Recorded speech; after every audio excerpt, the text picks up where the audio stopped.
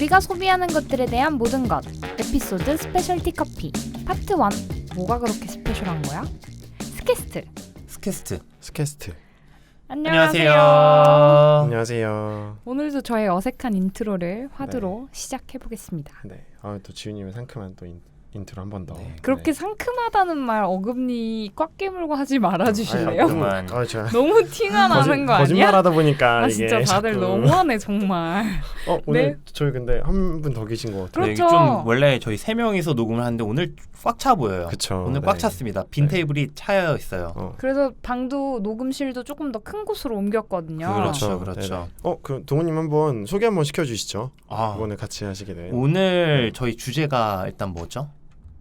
이번에 스페셜티 커피에 대해서 그렇죠. 하죠. 저희. 네. 제가 아는 지인 중에 네. 가장 커피를 좋아하고 가장 커피를 많이 아는 친구를 한 명 섭외했어요. 진짜요? 자기는 맨날 모른다고 하는데 겸손하셔서 일단 저보다는 많이 알기 때문에 제가 그쵸, 불렀어요. 그쵸. 네.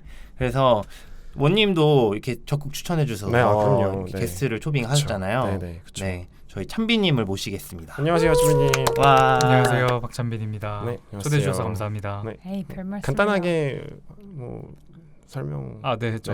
설명? 자기소개. 자기소개. 되게 늘 소개하는 자리는 되게 부끄러운데요. 저는 그 회사명을 말하나요, 보통? 아니면 말씀하셔도 돼요. 편하신 대로 하시면 저는 됩니다. 그냥 그 코워킹 스페이스에서 갑자기 비밀이 됐어. 커뮤니티 매니저로 일하고 있는 박찬빈이라고 합니다. 네. 만나서 반갑습니다. 네, 반갑습니다.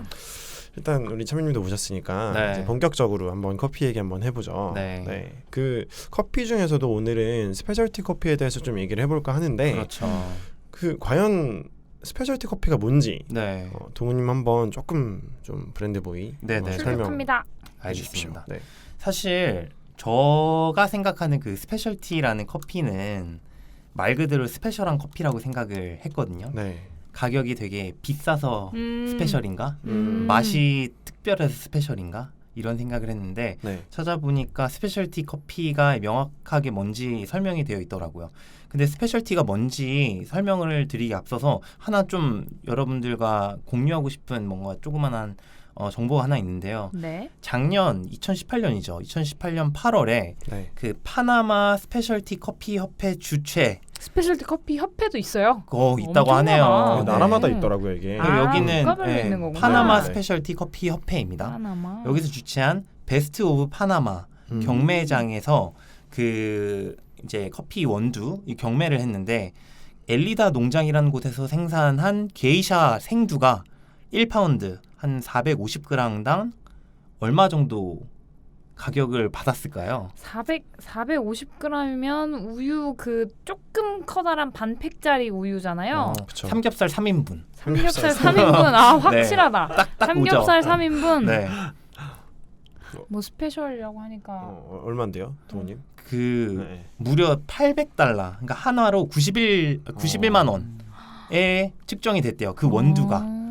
근데 이게 더 대박인 게 뭐냐면 그 보통 이렇게 원두는 한 박스로 이제 판매가 되는데 그 50파운드가 한 박스래요. 근데 그 50파운드가 아까 제가 1파운드당 그 $800 말씀드렸죠? 그래서 50파운드 한 박스가 4,500만 원. 근데 잠깐만. 만약에 이거 1파운드면 450g이면 커피를 몇 번 정도 내려요? 이게 보통 저희가 18g 정도 쓰거든요. 한 잔 내릴 때. 근데 그러면은 450이면 한 30잔 정도 나오는데 그러면은 그럼 이게 한 보통 잔에 3만 원이라는 원가가 3만 원이면은 원가가 3만 원 대략 얼마 정도 할까요, 전비님? 그러면은 한 10만 원대로 나오지 않을까요? 한 잔에 10만 원 정도. 그래서 엄청나다. 이 게이샤 이 원두가 그 커피 경매 역사상 최고가를 받았대요. 그 4,500만 원이. 진짜 비싸네요. 찬비님 한 잔에 10만 원짜리 커피 드실 일 있으세요? 저는 못 마실 것 같습니다. 원님은요? 원님은 드실 것 같아요. 먹어볼 것 같아 이 사람은. 파나마까지 가서 먹은 것 같아요. 진짜 소비 인간이라서. 저는 10만 원은 좀 빡세네요, 진짜. 엄청나다.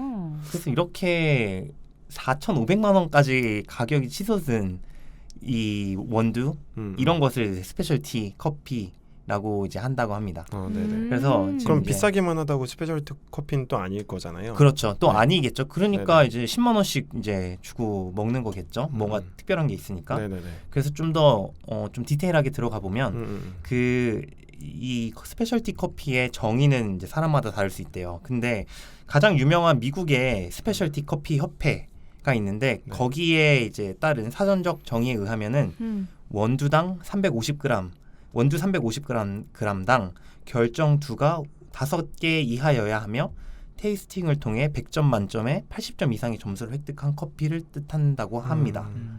너무 어려워요. 근데 이것만 봤을 때는 뭔가 아픈 아이가 좀 적어야 된다라는 네, 이 뭐 정도로 건강하고 이해가 되네요. 네, 분량이 없다 뭐 이 정도로 이해가 되는데 깔끔한 설명 감사합니다. 네. 제 수준의 이해는 네, 아픈 애가 없어야 된다. 네. 근데 요것만 들었을 때는 그래서 스페셜티가 뭔데 잘 이해가 안 가잖아요. 그래서 네. 좀 더 조사를 해봤습니다. 네. 스페셜티 커피를 어떤 커피를 스페셜티 커피라고 부르냐면 특수하고 이상적인 기후에서 재배되는 이제 원두들을 이제 스페셜티 커피, 그 원두를 가지고 만든 커피를 스페셜티 커피라고 하는데 이 생산지의 지형적 특성을 잘 반영해서 그 커피만의 독특하고 특별한 풍미를 지닌 커피를 이제 스페셜티 커피라고 한다고 합니다. 그럼 예를 들면 뭐 하다못해 에티오피아나 뭐 과테말라나 뭐 브라질이나 이런 지역에서 생산이 됐고 네. 그 지역의 특이한 향이 발현이 되는 커피를 갖다가 이제 스페셜티 커피를 하는 거죠. 그렇죠. 네. 그래서 여기 기후와 이제 이상적인 기후와 지형적 뭐 특성 이렇게 얘기했으니까 네네네. 뭐 온도나 아니면 비가 얼마나 오는 강수량이나 이런 걸 다 따져서 그 지역만의 특별한 맛의 이제 원두를 생산을 하는 거죠.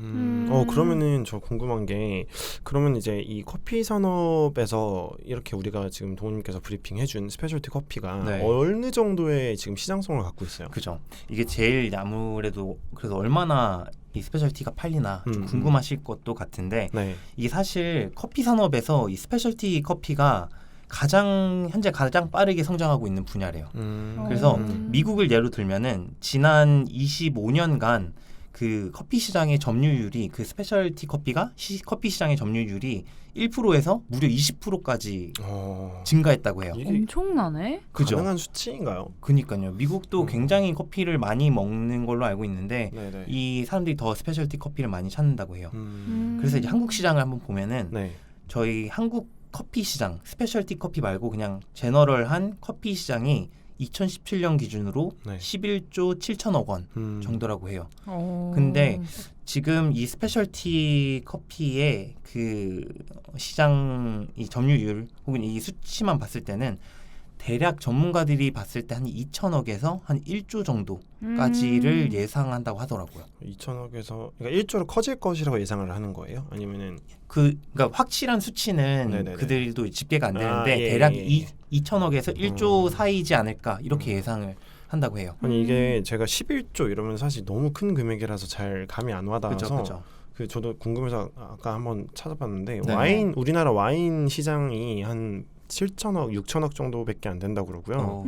그다음에 생수가 7,800억. 네. 그다음에 탄산음료가 1조 1,000억 정도 된다고 하니까 그거를 놓고 봤을 때는 커피 시장 규모가 굉장히 큰 거네요. 그렇죠. 근데 아마 와인이나 뭐 이런 거랑 조금 다른 게 네네네. 스페셜티 커피랑 와인을 비교해야 할 것 같다는 생각도 들어요. 왜냐하면 주류 시장으로만 하면 네네. 그러니까 커피도 기호 시금 업계에서 그들이 차지하는 게 11조 그리고 뭐 다른 방금 말씀하신 그런 아이들도 네. 전체 업계에서 몇 조인데 결국에 포인트는 이 커피 11조라는 시장 안에서 막 화두되고 있는 스페셜티 커피의 규모가 10% 정도 뭐 적게는 2에서 10% 정도 아직까지는 한 자리 숫자 정도일 거다라고 보고 있는 거잖아요. 그렇죠. 그래서 생각보다 왜냐하면 제가 기억하기로는 이 스페셜티 커피 시장이 이렇게 대두되기 시작한 게 얼마 안 된 거로 알고 있거든요. 네네. 그래서 굉장히 빠르게 성장성이 보이는 그런 신기한 영역인 것 같긴 해요. 네. 근데 여기서 중요한 것은 그렇게 커피 뭐 좋은 원두를 뭐 생산지에서 가져왔다 한다고 해서 좋은 커피가 나오는 건 아니에요. 그래요? 제일 중요한 거는 네. 아무리 이제 좋은 원두라고 해도 로스팅 그리고 추출 과정이 잘못되면은 그 맛이 온전하게 소비자에게 전달하지 못한다고 해요. 그렇기 때문에 정말 좋은 스페셜티 커피는 그 생산자 그다음 로스터, 바리스타 이 세 박자가 모두 잘 맞아 떨어져야만 그 완벽한 그 최고의 맛을 자랑하는 이 스페셜티 커피가 나온다고 합니다. 결국은 모두가 같이 그렇죠. 만들어가는 게 스페셜티 커피인 것 같은데 네. 혹시 찬비님, 네. 찬비님이 생각하시는 사실은 동훈님이 이렇게 너무 잘 설명해 주실지는 진짜요? 몰랐고 저도 되게 배운 부분 저도 몰랐어요. 네. 너무 전문가처럼 이렇게 날이 갈수록 말씀하셔가지고. 늘어갑니다. 저희의 그러니까요. 브랜드 모의가. 많이 배웠습니다. 혹시 찬비님이 생각하시는 스페셜티 커피는 어떤 거예요? 사실 저도 스페셜티 커피는 뭐다라는 그 사전적 정의나 아니면 뭐 기사에서 본 내용들도 되게 많아서 아무래도 뭐 제가 생각하는 건 되게 주관적일 수 있는데요. 그 앞에서 동훈님께서 설명해 주신 것처럼 그 생산자를 기억하는 거, 그다음에 로스터의 역할, 그리고 바리스타까지 이어지는 3박자를 잘 맞추려면 어쨌든 소비자 입장에서도 고려가 돼야 된다라고 저는 생각을 하거든요. 그래서 스페셜티 커피라고 했을 때 제가 생각했을 때는 그 어쨌든 농장주, 농장을 실제 이 생두를 어떤 농장에서 사용을 하고 어떻게 이렇게 뭐 재배를 했는지를 잘 어떻게 보면 기억을 하는 거, 거기서부터 잘 시작된 이 커피 씬이라고 저는 생각을 하거든요. 그래서 뭐 이제 커머셜 커피와의 뭐 차이점이라고 했을 때도 뭐 기본적으로 카페를 갔을 때 저는 어떤 뭐 아메리카노, 뭐 에스프레소, 카페 라떼라고 했을 때 실제 원두를 고르는 경우들을 최근에는 또 많이 이제 접할 수 있잖아요.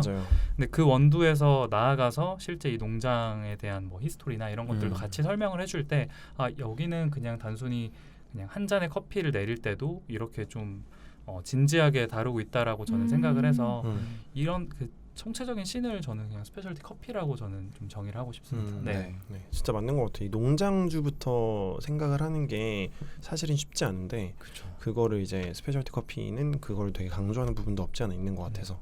저 궁금한 게 그럼 공정무역 커피도 스페셜티 커피라고 할 수 있나요?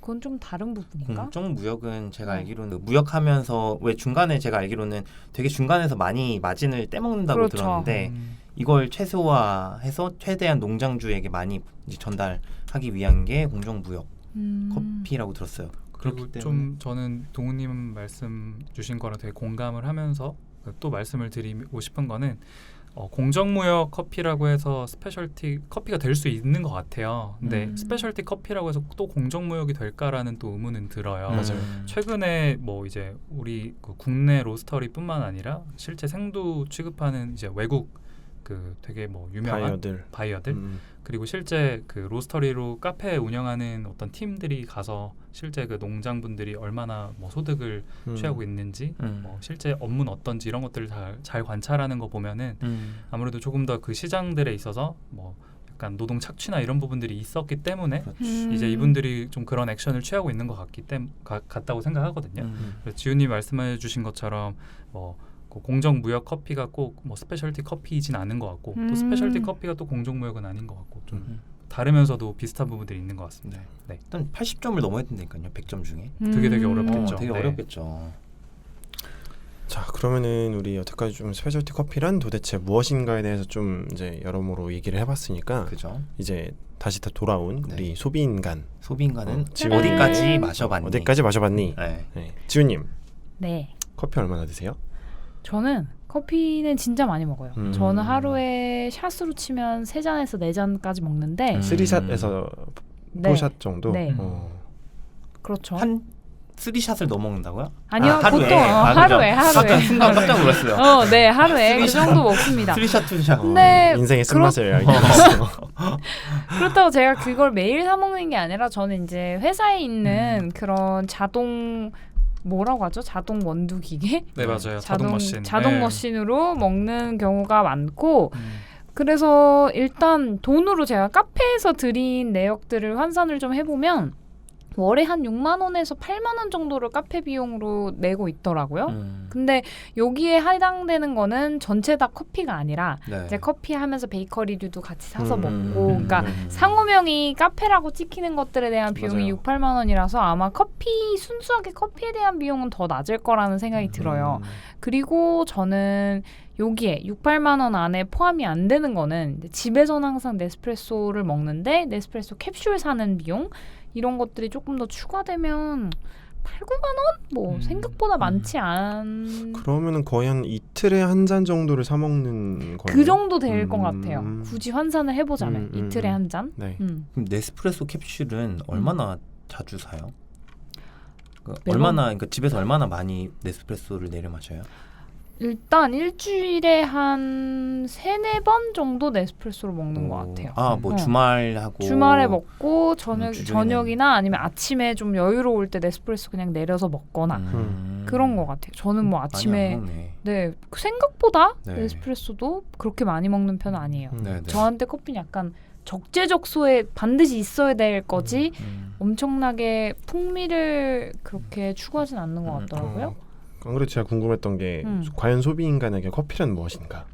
저희가 커피란 생명수에 더 가까워요. 생명수. 기호식품보다 진짜 약간 커피의 맛과 향 자체가 살기 위해서 필요한 거라서 많이 먹다 보니까 맛은 구분할 수 있을 것 같은데 그렇다고 해서 나는 이거 안 먹어. 나 무조건 이 원두로 주세요. 아니면 하다못해 원두에 대한 깊은 이해라던가 그런 심도는 없는 것 같아요. 그냥 양적으로 많을 뿐? 그런 느낌이 강하죠. 저는. 그럼 저 여기서도 좀 궁금했던 게 찬빈님에게 커피란 도대체 무엇일까요? 제가 사실은 이제 커피를 되게 좋아할 때가 있었어요. 뭐 지금도 좋아하긴 하는데 커피를 되게 좋은 커피가 먹고 커피를 만든 사람에 대해서도 궁금했고 근데 이제 저한테 커피는 약간 사람들이 이제 밥을 먹기 위해 산다 그러는데 저는 커피를 마시기 위해 밥을 먹는 경우가 많더라고요. 빈속에 먹지 않기 위해서? 네, 맞습니다. 보호하기 위해서. 약간 원님은 공감하시는 것 같은데 진정한 커피를 좋아하시네. 그래서 어떤 약속을 잡거나 할 때도 약간 그 근처에 이 좋은 카페, 그러니까 제가 생각하는 괜찮은 카페가 없으면 거기를 잘 안 가고 싶은. 그래요? 저 완전 공감해요. 그러니까 진짜로? 그리고 또 어디를 가려면 또 그 근처에 어느 카페가 괜찮을지 찾아보고. 약간 그게 약간 일상이 되다 보니까 맞아. 커피라는 진짜. 매개가 저한테는 그냥 진짜 일상의 그냥 되게 중요한 부분 중에 하나가 된 것 같아요. 네. 진짜 이 두 분 좋아하는구나. 진짜 이쯤에서 한 번 더 짚어봐야 될 게 제가 항상 스스로를 소비인간이라고 칭하고 있지만 이 커피값에 있어서 진짜 대적할 수 없는 이 포인트가 원탑이죠. 원님 한 달에 커피값으로 소비 얼마나 하시죠? 저희 상반기 소비 결산에도 살짝 나오긴 했죠. 얼마? 30만 원. 어마어마하다. 매일 10,000원씩 커피에 썼다. 근데 거기에 저는 또 이제 뭐 커피 원두도 도구 들어가고 도구도 들어가기 때문에 30만 원 안에? 근데 이제 도구는 한 번 사면 그 도구를 매달 사진 않잖아요. 근데 생각보다 여러분들이 생각하는 것보다 그 도구도 되게 많아요, 종류가. 그리고 그 도구도 매 그런 커피 박람회나 이런 데 가면은 자꾸 생경한 그런 기구들이 나오더라고요. 그래서 그거 막 욕심도 생기고 막 이러니까 다 사요. 그래서? 아니 뭐 다 사지는 못하죠. 저도 뭐 집에서 뭐 카페를 차릴 건 아니니까. 렌즈도 사야 되고 커피 기구도 사야 되고 바쁘시다. 바빠. 근데 저는 진짜 선비님 아까 얘기하신 것처럼 저도 사실 그 카페를 기준으로 갈 때를 정하거든요. 그러니까 이게 좋은 카페가 먼저 정하고 그 다음에 이 카페 주변에 무슨 음식점이 있지? 약간 이렇게 정하기 때문에 완전 바뀐 거죠. 저도 약간 바뀌었죠. 커피 카페가 되는구나. 네. 이 카페를 갈 건데 나는 뭐 예를 들어 일요일에 나 이 카페 갈 거야. 여기 찍어. 그 다음에 이 주변에 뭐가 있지? 끼니를 해결할 수 있는 정도로 딱 그 정도예요, 진짜. 그렇구나. 거꾸로 됐어. 밥을 맛있는데 먹으러 가서 주변에 그냥 아무 카페나 가자. 이게 일반 사람인데 이 두 분은 커피를 마시는 데 가고 밥은 그냥 때우자. 약간 이런 그러네. 느낌. 맞아요. 내가 술집을 먼저 찾고 나서 시간을 때울 문화생활 할 곳을 찾는 거랑 비슷한 거구나. 근데 이게 약간 일상이라고 말씀드리긴 했지만 약간 여행 패턴도 되게 비슷해진 것 같아서 여행을 갈 때도 커피집을 찾아서 특히나 이제 뭐 약간 도시를 가게 되면 사실 여행지는 별로 관심 없고 사람들이 좀 많이 가는 카페는 어딜까. 그러니까 워낙 이 시작이 약간 공간에 관심 있는 거부터 시작이 되다 보니까 사람이 어느 공간을 좋아할까에 대해 좀 관심을 좀 갖게 돼가지고요. 여행지 특히 이런 도시 갈 때도 카페를 많이 먼저 찾아가는 편인 것 같아요. 이게 되게 재밌는 게 여행지를 가서 각 나라의 커피 문화도 되게 달라요. 그래서 뭐 하다못해 프랑스 커피 문화, 뭐 이태리 커피 문화, 일본 커피 문화 다 다르듯이 우리나라도 커피 문화 다르잖아요. 그렇죠. 그거가 있나요?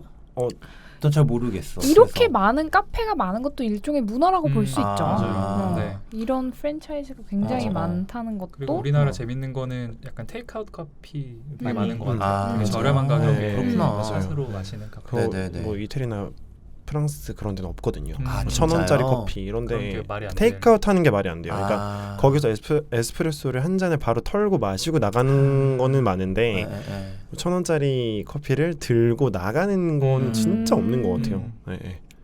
뭐 그런 다양한 예시들이 있네요. 좀 더 이따가 얘기해봐도 재밌을 것 같아요. 네. 그리고 그럼 지훈이 저 궁금한 게 이 두 분들은 이제 맛있는 커피를 찾아 여행을 다닌대요. 네. 지훈님은 맛있는 커피 찾아 어디 떠나나요? 저는 그 정도는 아닌 것 같아요. 그러니까 저는 집 주변에는 제가 항상 자주 가는 카페가 있기는 있어요. 두 군데가 있는데 한 군데는 라떼가 진짜 맛있는 곳이고 한 군데는 이런 스페셜티 커피로 좀 유명한 것 같더라고요. 뭐 그 두 군데, 그러니까 저는 저한테 익숙한 카페 같은 경우는 익숙한 곳을 찾아가지 투어를 가진 않는 것 같아요. 그래서 저희 왜 이전에 스캐스트 미팅할 때 서촌이었나요? 경복궁 쪽에 TXT 커피를 원님이 거기서 가자고 해서 찾아갔는데 진짜 안국역에서 내렸나 경복궁역에서 내렸나 진짜 아니 여기 어디예요? 욕하면서 왔어요. 제가 진짜 삐 소리를 중얼중얼 거리면서 찾고 찾아서 갔거든요. 결론적으로 커피는 진짜 맛있었고 공간 자체도 너무 예뻤는데 이 사람은 여기를 혼자 찾아왔었구나. 왜냐면 거기까지 가는 길에 제가 가는 길이 익숙하긴 했는데 그 중간에 제가 되게 좋아하는 가죽집이 있어요. 그래서 저는 거기까지만 들어가도 많이 들어갔다고 생각했는데 거기서 들어온 만큼을 더 들어가야 그 커피집이 있더라고요. 그래서 이 사람은 진짜 커피를 좋아하는구나. 그렇게만 생각을 했었죠. 동훈님도 혹시 커피 투어 가세요?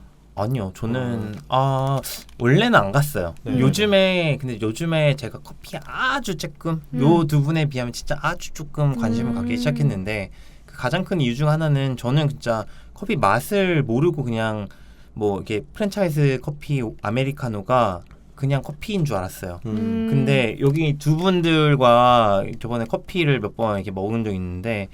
먹으면서 지금까지 내가 먹었던 커피 맛과 너무 다른 커피들을 마시더라고요. 이 두 분은. 그래서 너무 쇼크를 먹었어요. 저는 보통 이렇게 프랜차이즈 커피를 먹으면 이렇게 탄 맛이 많이 난다고 한다 그래나? 되게 이렇게 쓰잖아요. 근데 이 두 분은 되게 쓰지 않고 막 달고 시고 상큼하고 막 이런 커피들을 마시더라고요. 그래서 그때 좀 충격이 먹었어요. 진짜 문화적 충격? 그러고 나서 뭐 제가 커피를 엄청 많이 찾아다니진 않지만 혹시나 뭐 성수나 혹시 어떤 곳에 갔을 때 원님이 추천해 주신 카페가 주변에 있는지 한번 찾아보고 그래서 그 성수동에 로키라는 카페도 한번 가봤어요. 친구 데리고 가봤거든요. 되게 괜찮았어요. 맛있죠. 네, 맛있었어요. 그래서 요즘 시간 나면 가고 싶어요. 더 커피 더 알아가보고 싶어요. 네. 그럼 이게 어쨌든 우리가 지금 여태까지 그래서 스페셜티 커피에 대해서도 얘기도 해봤고 근데 이번에 조금 약간 우리가 커피 소비에 대해서 얘기를 해봤잖아요.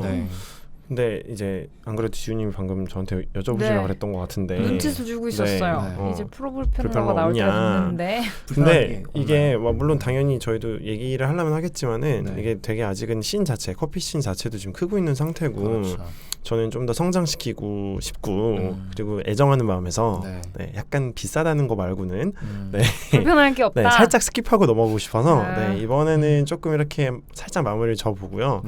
이렇게 스페셜티 커피에 대해서 얘기를 해봤으니 뭐 저희가 파트 2에서는 좀 더 이제 취향적인 측면에서 커피를 좀 더 접근을 해보고자 합니다. 그래서 본격적으로 저희 이제 커피를 아주 사랑하시는 이 두 분의 커피 대화 좀 더 본격적으로 들어보실 수 있을 것 같고요. 자, 그럼 저희 파트 2 대담 기대해 주세요. 저희 파트 2에서 또 만나요. 안녕. 안녕. 스캐스트.